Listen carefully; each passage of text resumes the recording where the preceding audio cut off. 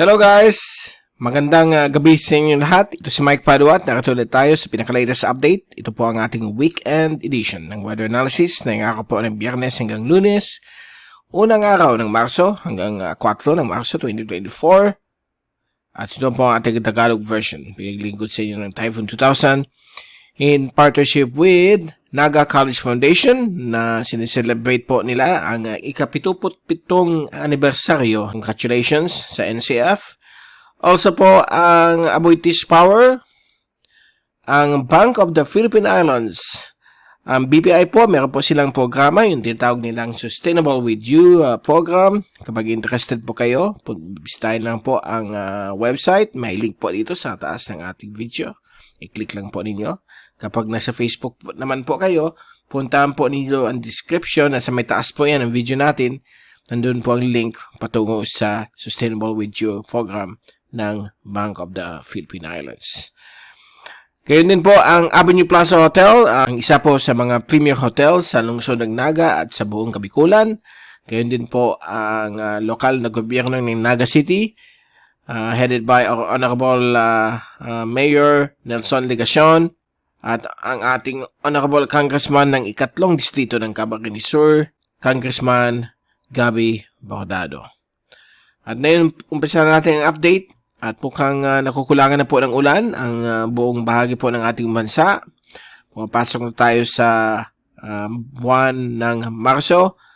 At usually sa kalagitnaan ng Marso o katapusan ng Marso, ayan na po ang katapusan ng hanging amihan. So maghanda na po tayo dahil unti-unti po pumapasok na tayo sa tagtuyo. Tinatawag nating hot dry season sa ating bansa. Tapos na po ang cool dry season which nag-umpisa po yan Nobyembre hanggang February o March. And then umpisang Marso hanggang Hunyo. Yan na po ang tag-init po sa ating bansa, yung hot dry season. Ang medyo problema lang tayo na yon, hindi po itong pangkaraniwang tagtuyo. Medyo malala pa dahil po nagkakaroon po tayong epekto na yon ng tinatawag nating malakas na El Nino. At mag-persist po yan hanggang Mayo at Hunyo. So magtipid po tayo ng tubig dahil po baka makulangan po ang ating bansa ng water supply. But let's hope may mga ulan pa rin mula sa mga LPAs, mga easterly wind flow na magbibigay po ng tamang-tamang ulan. But yan nga, pag meron pong El Nino talagang kukulangan po tayo ng rainfall. Although let's hope and pray na hindi po masyado ang epekto, but nafe-feel po natin na yun sa mga balita. Nakinig natin mga agricultural crops ay nasira unti-unti ng El Nino. At nakita po natin na yun, meron pa rin amihan. Yung amihan po, ito ay dito lamang po mga concentrate sa duling hilagang Luzon. Hindi po ito makakarating sa ibang bahagi po ng ating bansa dahil po papalapit na po ang katapusan ng amihan.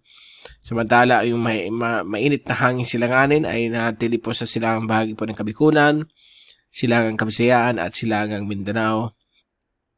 So, magiging mainit po yan. May mga konting showers pa rin po, mga ulan o possible mga maliliit na thunderstorm sa Mindanao, particularly sa hapon. Wala pa rin tayo natanawan na LPA sa labas ng ating bansa o bagyo na posibleng mamuo. Lahat po itong mga kaulapan nito ay dulot lang po ng tinatawag nating near equatorial trough. Okay? So, yan po ating GraphSat. At sa fast animation, wala naman tayong pinapakita ditong significanteng weather system sa Pilipinas. Ito po yung near equatorial trough. Hindi naman po siya magde-develop bilang isang bagyo. Ito po yung frontal system. Mabilis na kumikilos paalis ng Japan. At sa zoom in southern animation mula alas 5 ng hapon hanggang sa mga oras na ito, mag-alas 11 po ng gabi, ay talagang napakaalinaw po ng ating bansa. May mga maulap lamang po na papawirin but not enough to generate more rainfall. May mga isolated rain showers lang pwedeng maganap sa ibang areas po ng ating bansa katulad sa Visayas at Mindanao. At sa ating forecast sa hangin at pressure, kasama din po ang ulan mula sa European model. Yan po ang bagong surge ng amihan sa may Taiwan. Pero bukas po ng hapon, unti-unti po siyang hihina at habang makaka-apekto po sa duling hilagang Luzon. So bukas yan Sabado. Samantala, ang ibang bagay ng ating bansa, magkakaroon pong napakahinang hangin mula sa hilagang silangan. At pagdating po ng linggo ay tuluyan ng hina ang hanging amihan dito sa dulong hilagang Luzon at balik po sa mahinang hilagang silangan na hangin. Pagdating ng Monday, balik ulit tayo sa easterlies sa silangang bahagi po ng ating bansa at makakanasan po natin ang pagtaas ng konti ng heat index mula 36 to 40 antas ng sentigrado. Okay, yan po ang feel ng ating katawan. Although ang temperatura mula 25 hanggang 30 antas ng sentigrado, yung heat index ay mula 36 hanggang 40 ang degree ang sentigrado, okay? Ng heat index yung nakakanasan po ng ating katawan na init. Yan po ang at yan po ang kalagayan ng ating panahon hanggang sa Lunes. Kaya yung rainfall accumulation forecast, halos clear po ang ating bansa. Purely mainit at tuyo ang ating panahon. May konting showers ang pwedeng maganap sa dulong hilagang Luzon, lalo na po sa may hilagang bahagi po ng Cagayan. Dahil po yan sa hanging amihan na unti-unti na pong hihina. At sa ating wave forecast mula sa European model, ngayong araw po o ngayong gabi ng Biyernes, ang silangang bahagi po ng Luzon sa may East Philippine Sea, magkakaroon pong wave heights mula 2 meters hanggang 2.5 meters dito po sa may silangang bahagi po ng Kabisayan at Mindanao. At 3 meters naman po dito sa may hilagang bahagi po ng dagat West Philippine Sea. Ang inland waters ng Pilipinas ay maging kalmado hanggang 1 metro ang antas ng alon. At sa may kanluran bahagi po ng Luzon, sa may West Philippine Sea, kasama po ang Spratly Islands, Kalayaan Island Group, ang wave heights ay mula 1 to 1.5 meters at napakaganda po upang magkaroon ng fishing activities o mag-travel by sea. Bukas ng Sabado, unti-unti po siyang hina. Okay? Dito po sa may East Philippine Sea, nasa 2 hanggang 20 nasa 2 hanggang 2.5 ang alon po, ang taas ng metro ng alon. Samantala dito sa may West Philippine Sea, sa may dalampasigan o coastal waters ng Ilocos region ay magiging 2.5 to 3 meters ang taas ng alon. The rest ay kalmado hanggang 1 metro o 1.5 meters ang kanyang paglaki ng alon. Now sa linggo, hina pa yung lalo at sa Lunes ay mukhang nasa 1 to 1.5 meters lang po ang alon dito. Sa inland waters, kalmado hanggang 1 meter. Samantala dito sa may East Philippine Sea, east of Luzon, Visayas at Mindanao, ay mula po yan sa 1.7 to 2.3 meters ang taas ng alon at napakaganda na po ang wave heights ng ating bansa simula sa Lunes dahil po sa paghina ng hangin mula sa amihan at yung hanging silanganin. Although yan po ang kakaniwan pag ganitong panahon ng Marso, talagang hihina po ang mga alon o mas mababa at kalmado. Okay? At ito po yung latest Global Tropics Hazard Outlook mula sa Climate Prediction Center. For the next 2 to 3 weeks, na yung 3 linggo ay napakababa ang probability o highly uncertain. Sa week 2, valid March 6 hanggang March 12, kakaroon po ng below average of more than 65% ang bansang Pilipinas dahil po sa nakakadasan po nating El Nino. At samantala naman po dito sa 3 linggo, which is highly uncertain, hindi pa yan sigurado at napakababa ang probability.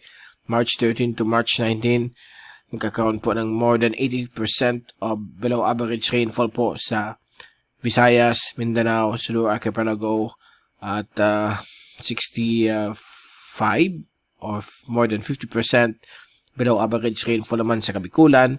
Samantala ang Luzon ay tuyong-tuyo pa rin dahil sa normal effects ng tagtuyo ngayong panahon ng Marso. At bago tayong paalam, ito ang latest mid-February 2024 model-based probabilistic forecast ng El Nino at La Nina. Sa mga oras na ito, February, March, April, nasa 100% pa rin tayo sa lakas ng El Nino. But March, April, May, bababa po siya sa 82% o 83%. April, May, June, babalik na po ang neutral conditions or normal conditions up to 70%. Hanggang Hunyo po yan. But umpisang Hunyo hanggang katapusan po ng taon, October, November, December, aakyat po yan mula sa 48 to 70% ang probability po ng mahinang La Nina. Okay? So, sudden shift po ang nangyayari dito. Bagsak ang El Nino. At dito naman po ay aakyat naman po ang tinatawag nating La Nina. Pambihira itong nangyayari. Maybe because of climate change, kaya nagkakaroon po ng mga sudden shift ng El Nino to La Nina o vice versa, La Nina to El Nino. Yan po ang nangyayari po sa ating mundo na yon. At susubaybayan po natin kung matutuloy po ito. Mangyayari po, mas marami po ang ulan sa katapusan ng taon. At ngayon naman po sa unang quarter ng taon, mas konti ang ulan o below average. So, ganyan po ang mangyayari pag nag-switch tayo from El Nino to La Nina. Babantayin po natin yan for the next couple of months kung may pagbabago at maghanda po tayo sa mga posibleng mga bagyo mag-form sa kalagitnaan hanggang katapusan ng taong ito. At medyo nakakatakot yan pag nag-switch to La Nina gaya ng 2020. Nag-El Nino rin tayo, biglang nag-switch sa La Nina. Nagkaroon po tayo ng mga 3 sunod-sunod na mga bagyo na naapektuhan po ang Kabikulan. Hopefully, sana hindi po mangyari yan. Okay? But we are all eyes sa Pacific kung ano man pong mga tropical systems o bagyo na posibleng magbigay ng pangamba sa ating bansa. At nandito tayo para ibigay sa inyo yung pinaka-latest. So, yan muna ang ating latest sa panahon. At babalik ulit tayo next week. At again, ito si Mike Padua magpapaalam. Mag-iingat po tayong lahat. #WeatherWiser. Happy weekend to all. At maraming salamat po sa pagpunod sa aking channel. God bless po sa inyo lahat.